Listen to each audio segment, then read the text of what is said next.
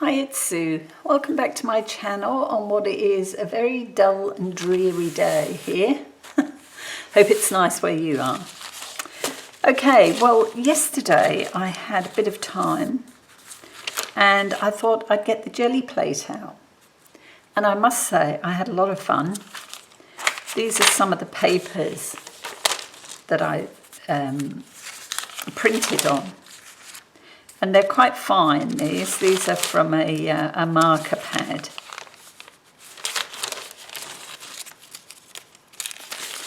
And what I thought I'd do is I want to make a little album out of these papers and maybe some of my others. Look at that one. I don't know whether you can see the shimmer on that. It's got gold on it. It's lovely. And that's a grungy brown one. My husband likes that one. And then this piece, this was my wipe off. I used book pages as well as scrap paper, but I loved the way this looked on the book page. I really liked it. So I've stamped this image over the front, and I'm going to do a bit more on there, I think. But, you know, I just thought, wow, this is, you know, wouldn't be everybody's cup of tea, but this is the sort of thing you can do. The other thing I did was I watched a video, and this was what inspired me to get the plate out. I watched a video a couple of nights ago, and a very talented lady, young lady, was working on her Gelli plate. She does a lot of watercolour, abstract watercolour, works on a Gelli plate, all sorts. I can't think of her name right now, but I will link her at the end of this video because it's worth going and having a look. Some of her bits are beautiful. But one of the things she did, and I noticed Brigitte from Kleeback Creations, she's done some of this as well, is to take your roll of sticky backed paper. Now mine is brown, hers was white, and I will be looking everywhere to try and get some white because hers look fabulous. And apply your Gelli plate print over this on the paper side to use as a form of washi. So I did a few rolls and I've wrapped them around this kitchen roll, the inner cardboard piece of a kitchen roll. But I'll just show you a couple. Just used a bit of washi to hold them onto there. I don't know how clear you can see these, but they are so interesting. And with mine, I actually added some stamping, and I stamped in paint. So this turquoise image here, if you can see that, that's a flower stamp. It's one of Annabella's flower stamps, and here. This is another stamp that I've used. I used my white pen to add those white dots, but wasn't that thrilled with that. But I mean, you can do loads and loads. Some of them I stamped in black, which was basically what this girl was doing. She has her own stamp company, so she was using her black stamps, or her stamps in black. So I've taken a selection of mine, and on this one, the background is a Gelli print, and then I've stamped in black, and it's all floral on this one. Then I've used my gelatos to do this squiggle, a bit of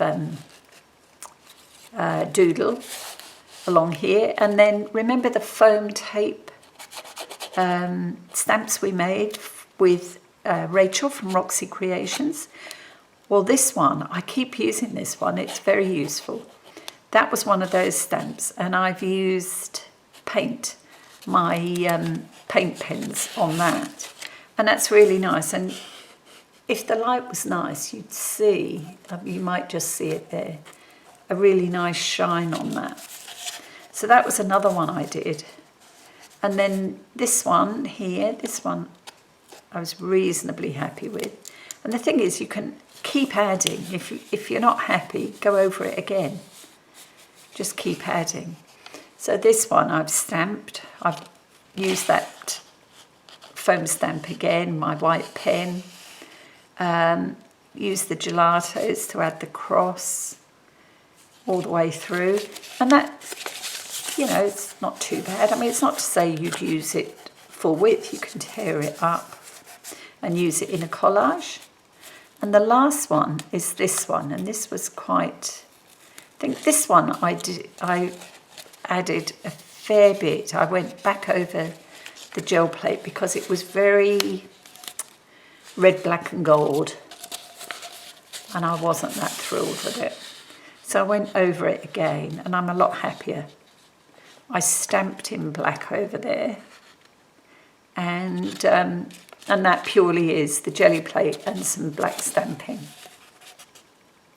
So yeah, that's another thing to do with the Gelli plate. But you know, go and have a look at this, girls, and Kleeback Creations. I mean, they've both got some fabulous versions of this. Okay, so today, let's move those out of the way. Today what I want to do is, move that one out, do some Gelli printing on the backs of these papers. And yeah, so what I'm going to do, I won't talk because will be deadly dull for you, for watching. But what I'm going to do is work away here, and when I edit the video, I'll speed it up so you don't have to sit through too long, me fiddling around with paint and the Gelli plate. Okay, so let's move that over there and bring the Gelli plate in. And give me a sec and we'll get started.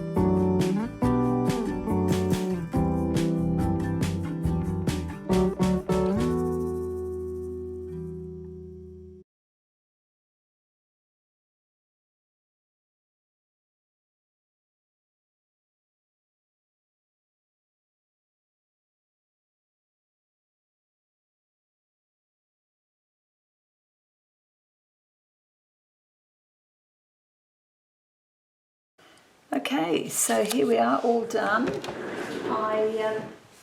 It takes longer to clear up than it does to actually do the jelly plate printing. But that's one, and that's the other side. Quite pale, but I will be adding more to them. It's another one using text. Sure that's the right way around. It's another one. Trouble with the very fine paper is you do get this creasing, but you know, I'm not too worried about that. That's this one. It's a nice shimmer to this one. Oh, this page I think would be brilliant in an Asian journal. I love it, red and gold. Gold on that side. I missed the strip down there, but I can always add more. There's another one. The gold is shines through all the other paints. Actually, I think that's copper, that one.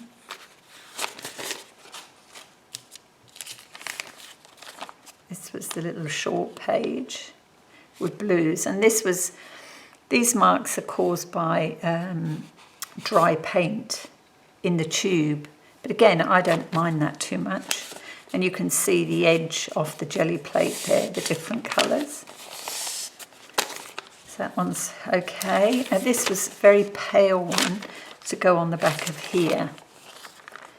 But I actually quite like that. That for a background I think is quite nice. And we can definitely add more to that. There's another one.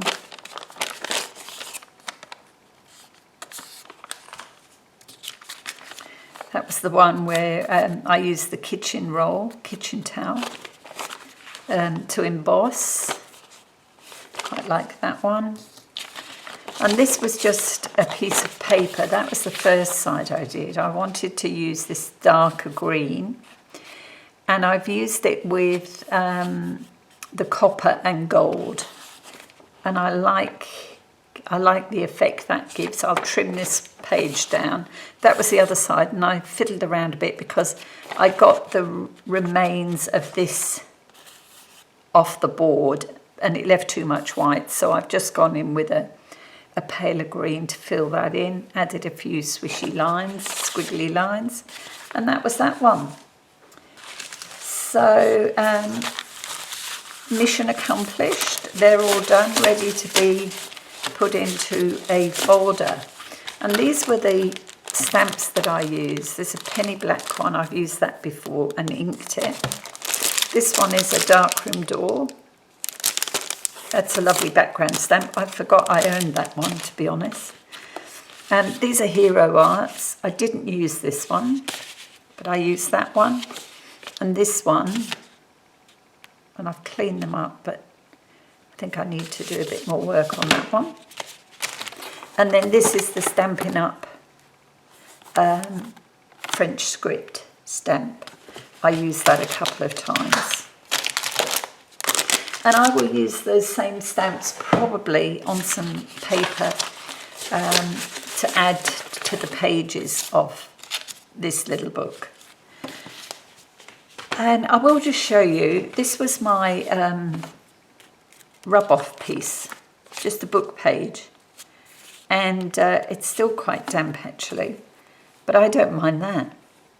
I will probably do as I did with this one and stamp something in black over here. So I don't think that needs to go to waste. I think it can be used. So I just take it off the book for now.